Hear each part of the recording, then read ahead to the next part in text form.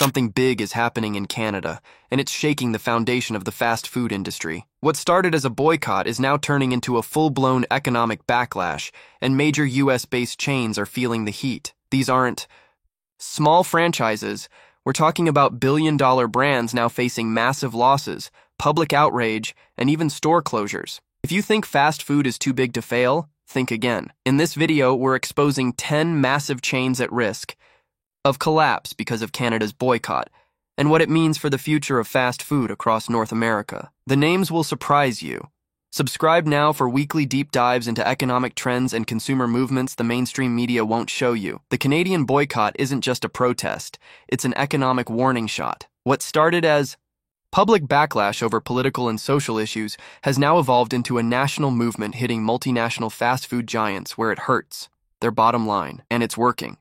Foot traffic is down, sales are slumping, and public sentiment is shifting fast. These 10 fast food chains, many of them household names, are facing the kind of pressure that could lead to store closures, layoffs, and long-term brand damage, especially if the boycott spreads beyond Canada. This is what collapse looks like in real time. Number 1. Tim Hortons. It might be the most Canadian brand on the list, but Tim Hortons is at the center of the boycott storm, and it's collapsing under the weight of its own legacy. What was once a beloved national icon is now viewed by many Canadians as a corporate sellout, owned by a foreign conglomerate and out of touch with its roots. Here's where things went wrong. Since being acquired by Restaurant Brands International, a company based in the US and also owning Burger King, Tim Hortons has undergone massive changes in pricing, product quality, and public image, and Canadians have noticed. The coffee tastes different, the menu keeps shifting, and more importantly, the brand feels less local and more like a machine. Then came the boycott. Sparked by a mix of political frustration and economic resentment, Canadian consumers began withdrawing support from brands seen as corporate invaders. Tim Hortons, despite its branding, quickly became a top target. The tipping point? Allegations that the company mishandled pandemic-era pay cuts and failed to support franchisees properly during economic hardship. Add to that widespread social media backlash over advertising tone deafness, and you've got a movement on your hands. The results are already showing. Franchisees in Alberta, Quebec, and parts of Ontario have reported sales dips of 15-20% in Q1 2025. Several locations in downtown areas have closed quietly due to foot traffic declines. Even rural communities once loyal to the brand are seeing a shift toward local coffee shops and regional competitors. What's more dangerous than the financial hit is the cultural one. Tim Hortons was more than coffee, it was community. Now, it's viewed as a symbol of corporate detachment, and in a consumer landscape where authenticity matters more than ever, that's a fatal wound. Because once a national brand loses its emotional connection with its people, no amount of marketing can buy it back. Number 2, McDonald's might be the biggest name in global fast food, but in Canada, it's suddenly become one of the most targeted brands in the ongoing boycott. The golden arches that once symbolized convenience and comfort are now being viewed through a much more critical lens, and the consequences are stacking up fast. It started with growing frustration over corporate power and cultural dominance. Many Canadians see McDonald's as an extension of US consumerism, operating with little regard for Canadian labor values, nutrition concerns, or cultural integration. But what really triggered the boycott was a series of viral exposés showing poor labor practices at Canadian locations, including wage suppression, lack of benefits for part-time workers, and alleged union-busting tactics. These reports hit especially hard in provinces like British Columbia and Ontario, where local labor movements are gaining traction. And then came the protests. Across Canadian cities, activist groups staged coordinated walkout campaigns, organizing digital campaigns and flash protests to draw attention to what they call fast food exploitation. In early 2025, videos went viral of McDonald's locations in Toronto and Vancouver being temporarily shuttered due to zero customer turnout. During boycotts, these moments struck a chord and a nerve. Sales are falling. As of Q1 2025, reports from franchisees show revenue declines of up to 18% in urban centers. Even long-standing locations are seeing record low traffic. The ripple effects are serious. Franchise owners are cutting hours, laying off workers, and slashing marketing budgets. But this goes deeper than just one bad quarter. McDonald's, a symbol of American capitalism, is becoming a cultural outsider in a market that's demanding more local accountability. And while the brand has tried to introduce region-specific menus and corporate responsibility programs, many Canadians see these efforts as too little, too late. What's happening to McDonald's in Canada isn't just about burgers. It's about a cultural shift in who people trust with their money. And if the company doesn't change course fast, Canada might become the first major market where the arches start to dim. Number 3, Subway. Once the largest fast food chain in the world by location count, Subway is now in serious trouble in Canada, and the boycott is only accelerating its downfall.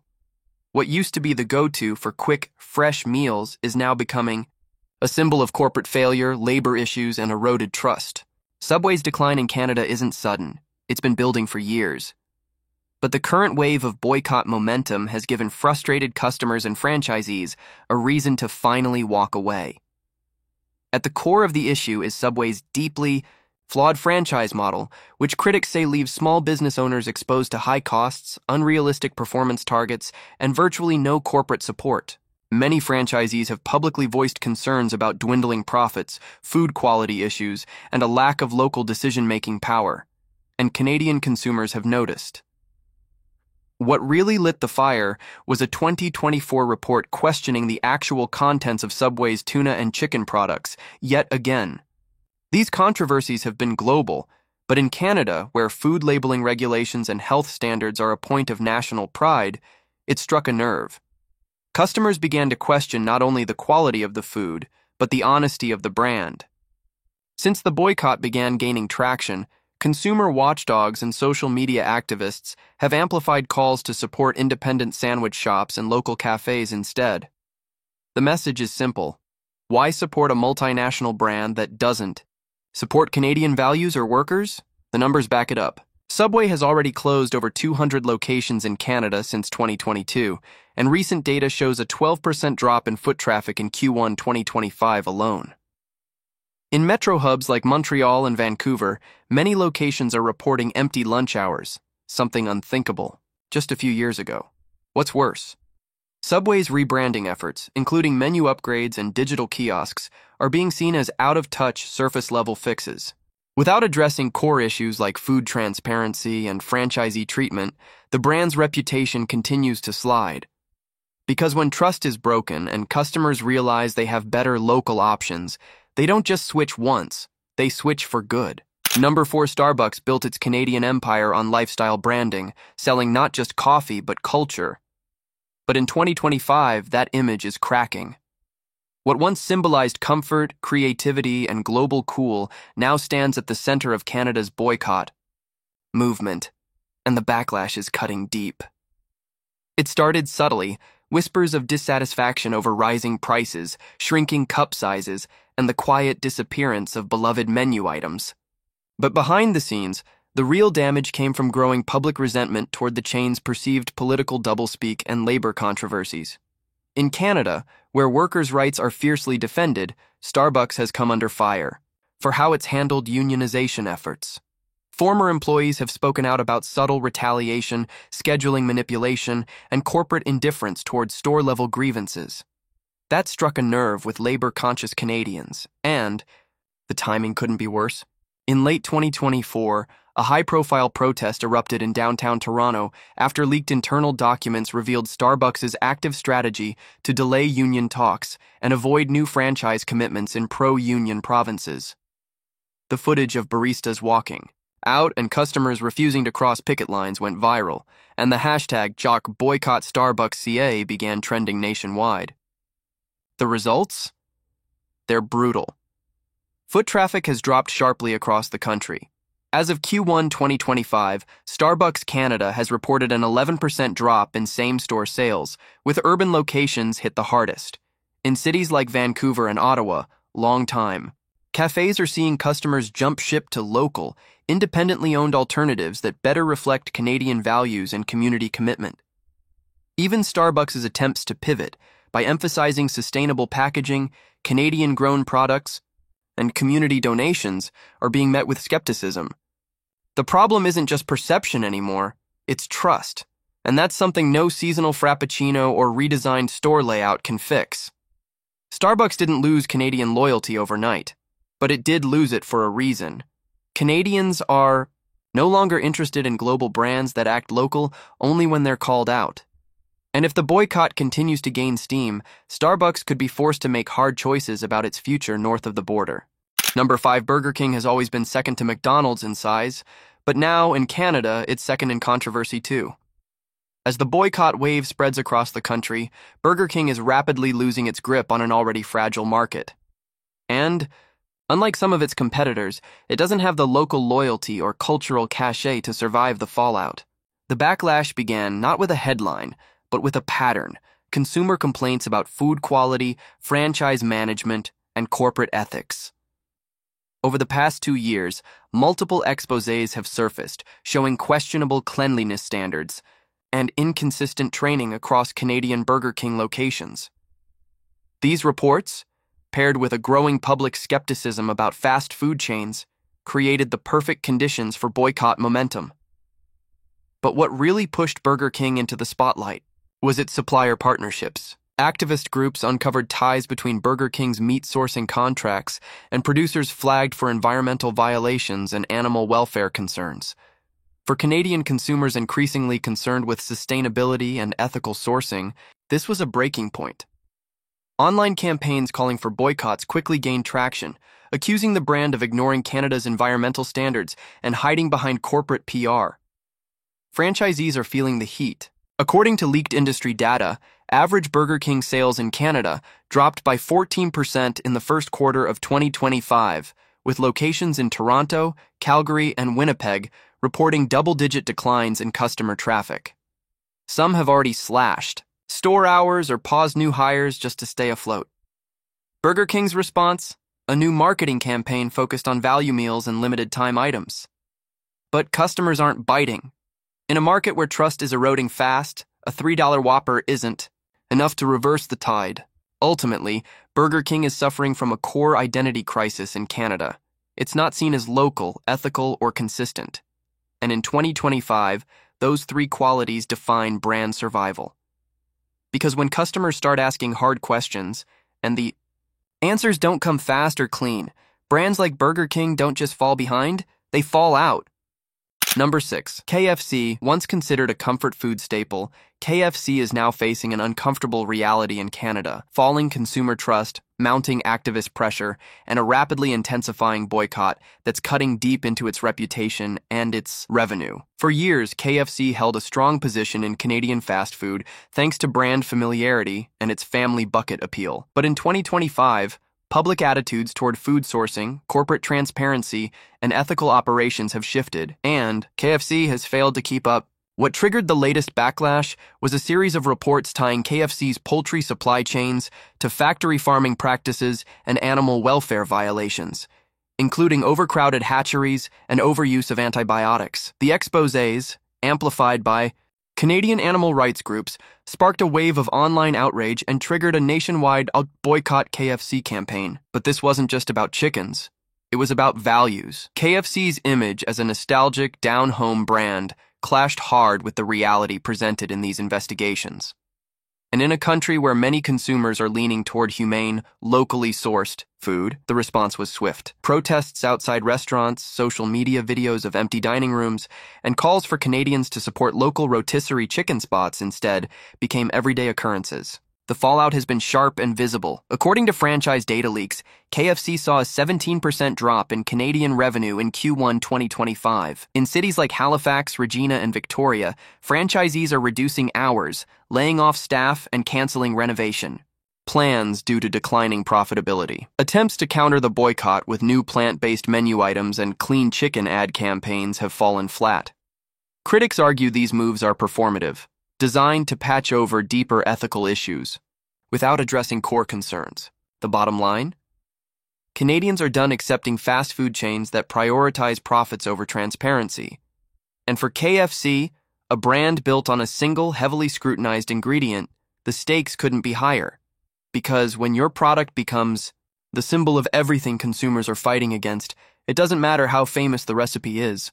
the market will leave you behind. Number 7. Wendy's has long positioned itself as the fresh alternative to other fast food giants. But in Canada, that image is beginning to crumble. What once felt like a quirky, quality-driven brand is now being seen as out of step with Canadian values, and the boycott is pushing Wendy's into increasingly dangerous territory. It started with a brand identity problem. While Wendy's markets itself with fresh, never-frozen beef and cheeky Twitter banter, Canadians have started asking harder questions, especially about sourcing transparency, worker treatment, and corporate ethics. And in 2025, those questions are leading to answers that customers don't like. Franchisees have been under fire for wage disputes and understaffing, particularly in suburban and rural areas.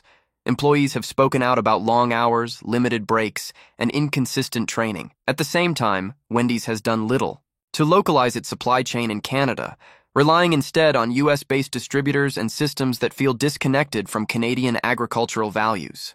Then came the tipping point, a viral campaign highlighting the lack of Canadian-grown ingredients on Wendy's menus. Activist groups compared Wendy's sourcing practices to other chains that prioritize local farms and food security, and the backlash was swift. Social media movements called for a shift toward independent burger joints, and protest groups staged buy local days to funnel traffic away from multinational brands like Wendy's. The financial hit? Real and growing. Recent sales data shows a 13% decline in foot traffic at Canadian Wendy's locations in Q1 2025, with Ontario and British Columbia seeing the steepest drops. Several franchisees in Atlantic Canada have already shut down or announced plans to exit the brand entirely. Wendy's response, rolling out maple-themed promotions and emphasizing charitable partnerships, has come across as tone-deaf to many Canadians. The brand's failure to engage directly with boycott leaders or implement real operational changes is being viewed as corporate avoidance. Because in 2025, Canadians don't just want burgers, they want accountability. And when a company known for its SaaS can't answer for its supply chain or staff treatment, customers are quick to turn that SaaS into silence. Number 8. Popeyes exploded in popularity across North America thanks to its viral chicken sandwich and bold flavors. But in Canada, that momentum is crashing hard.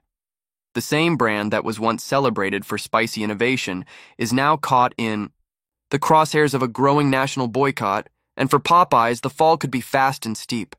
It started with advertising missteps. Canadian consumers and advocacy groups criticized recent Popeyes ad campaigns for their lack of cultural nuance, stereotyping, and tone-deaf language. What was intended to be fun and edgy was widely seen as disconnected and dismissive. As these ads were circulated and critiqued online, the backlash snowballed into broader questions about Popeyes' understanding of Canadian values and its role in the fast food landscape. But the deeper issue? Sourcing, transparency, and sustainability. Popeyes has come under fire for relying on large-scale U.S. poultry operations flagged by environmental and animal welfare groups. In a country where food sourcing and ethical farming are becoming core purchasing values, this raised serious red flags. Activists and influencers began calling out the brand for its lack of local partnerships, carbon-heavy supply chain, and resistance to labeling reform. The result?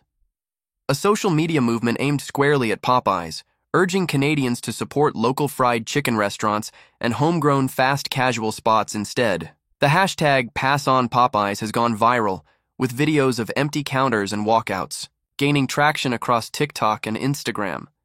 Financially, the damage is adding up.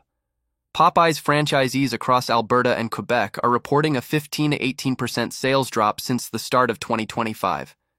Several new store launches have been delayed or canceled, entirely due to rising public resistance and zoning challenges driven by community pressure. Attempts to pivot, like offering limited-time Canadian-themed menu items and partnerships with local delivery apps, have failed to reconnect the brand with disenchanted customers. The gap between corporate branding and public trust is widening, because when a brand becomes more associated with controversy than flavor, it stops being food and starts being a statement. And in Canada, more people are choosing to make that statement by walking away. What we're seeing in Canada right now isn't just a boycott, it's a cultural reset. Consumers are drawing a line, and fast food giants that once seemed untouchable are finally being held accountable. Whether it's sourcing, labor, ethics, or just a refusal to adapt, these 10 chains are learning that in 2025, Being big isn't enough. You have to be better. Some of these brands may bounce back, others may vanish. But one thing is clear: the power is shifting back to the people. Like this video if you're rethinking where you eat. Comment below. Are you boycotting any of these brands? Subscribe for weekly deep dives into food trends, economic shifts, and consumer movements the media won't show you.